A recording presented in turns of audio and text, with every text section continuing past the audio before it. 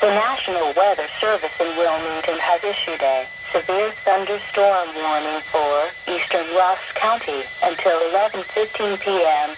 At 10:44 p.m., radar indicated a severe thunderstorm located near New Kensington, moving northeast at 25 miles an hour.